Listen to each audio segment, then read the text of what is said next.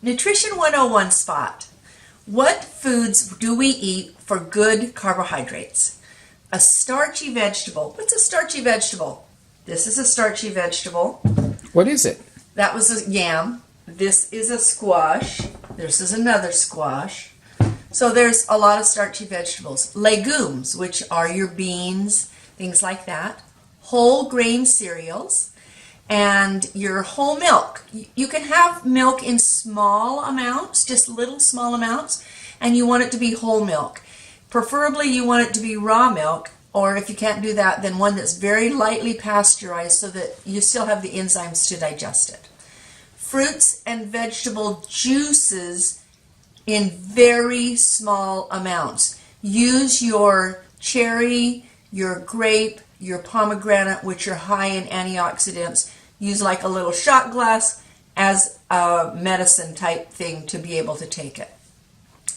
And then you want to make sure that you are having as much real carbohydrates as possible, not man-made carbohydrates. Of course, there's going to be some that you eat, but always try to have more. You want to be able to match your intake of carbohydrates to your metabolism and your activity. If you're sedentary, you do not get to eat a ton of carbohydrates. If you're running and running and running and racing and swimming and doing all that, then you need more carbohydrates to give you the energy that you need. Never eat a carbohydrate by itself. It throws your blood sugar way up. And when you're buying fresh, make sure that you're not having vegetables and things with pesticides in them. And you want to sprout your grains because this helps them digest more, which will cut down on the possibility of allergies. That's my spot for the day. For today's exercise ditty, I want to tell you about your cardiorespiratory requirements and what happens when you're exercising and the need for it and how it helps. First of all, when you get your body in better shape, you're pushing it, it's getting more fit, you start being able to burn your fatty acids a lot more effectively. You're going to want to know where you are. Are you really exercising like you should be? There's a way of measuring that's really easy to use that's called Ratings of Perceived Exertion, RPE. And it's a scale of 1 to 10. 1 being you're really not doing any exertion. 2, there's a little bit going on. 3, you're starting to feel like maybe you're doing something.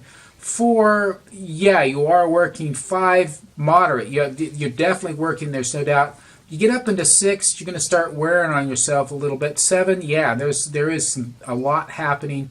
8, fairly intense. 9, you're going pretty strong. 10 is like it's the all you can do. So rate yourself that way, and when you're exercising, you want to be pushing up towards a 5. You want to be able to hit the 5. If you do that, you're doing great. Be consistent, stick with it, and you do fantastic. That's our exercise ditty for today. I'm going to take you down the grocery store aisle and help you understand how to shop a little. Olive oil is supposed to be really good for you, but an olive oil in a mayonnaise has a soybean oil in it and isn't what it seems to be. And I'm sorry for the wiggling here. Ketchup covered with sugar. So you have to be really careful. You have to be a label reader. Pasta. Almost all of it is white pasta, but you can see here's a whole grain, and just be sure that it's a whole grain. You can find them in quinoa also that will be able to be more nutritious for you. But a lot of this is like a durum, which it means that it's been the main nutrient has been taken out of it already. And then we go down and look at some of the sauces, and I tried to turn them over to show you what they were, but I could see that it didn't show clearly. Canola oil is in them, soybean oil is in them, lots of sugar is in them, and these are even some of the high-end ones. This one right here that I'm showing you, I turn it around and say this is Newman's. You know, he used to be really good for health, but nobody has the health standards that you need to have in order to be able to buy the processed food. So am I saying that there's no sauces that you can buy? Yes, there are. You just have to look really carefully for them. And now we're going to go over and look at some salad dressings. These are really healthy, top-notch salad dressings. Turn it over. First thing you see, first two ingredients, canola oil, sugar. So please be a label reader. I love this. This is one of my favorite ones, but I've stopped being able to eat it. Annie, you think that she's a super good one, but she uses a lot of, I believe, soybean oil, but I could be wrong there. All of your barbecue sauces, sugar, sugar, sugar. So find a recipe you can make yourself. Now we're going to the coconut oil. Coconut oil is something you want to be able to do. You can use refined or virgin. Both of them have really good qualities about them. Olive oils have a big bad rap about them right now because they're saying so many of the olive oils that you get are blended. You do not want to get blended ones. Or they put a different oil in it besides the olive oil and you don't really know it. So I started, really having to research. This is canola oil, vegetable oils. We don't get that. Crisco, we don't get that. So this is Red Mill. Red Mill is actually here in Oregon, and I go to their factory. And their stuff is really good. For the majority of it is organic. You can buy it in organic or not. I just bought some wheat germ. That's what I put in the basket. Their flour is good. And so you just have to really watch and see. And make sure if you're getting flour, you keep it in your refrigerator.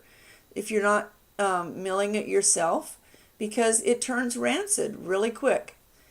Marshmallows, chocolate chips, these are things that you don't get to eat. However, you could find some really good sweet or bittersweet chocolate chips that don't have a ton of sugar in them. And you can find them out there that don't have your hydrogenated fats in them. So just be really careful when you're looking at them. And that'll help you understand. So coconut palm sugar is something that I use. It's lower glycemic index. Sugar is sugar.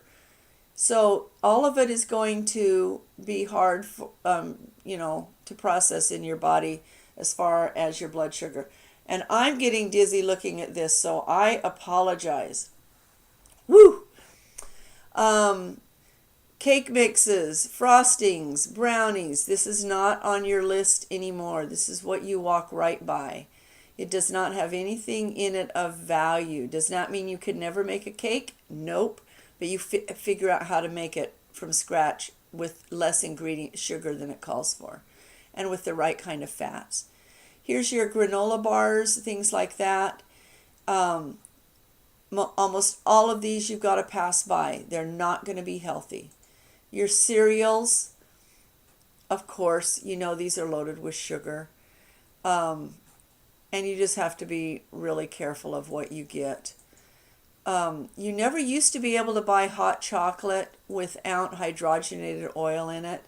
And now I've noticed that they have stopped that since it is a trans fat. If you love hot chocolate like I do, find a dark chocolate with low sugar and have it once in a while. That's all. Getting down to your hot cereals, you want to be able to buy your whole grain cereals as much as possible. I do get the Quaker oats that are old-fashioned to use in some cookies that I make that have very low sugar in them. But you have to just be really careful of what you get. This is the perimeter of the store. The perimeter of the store is what has your food in it, your real food. But you still want to look for the aisles that have organic, because in this particular store in Safeway, I know exactly where to go to get the organic. I get the organic here on this little one, and then down at the far end on the right. All the rest of the food in there is not organic. So you do not know if it's been sprayed with pesticides. In fact, you can almost guarantee that it has been sprayed with pesticides. And I'm going to take you down here to this aisle and show you there. I realize this was really fast, but it might give you a little bit of an idea. Become a label reader. And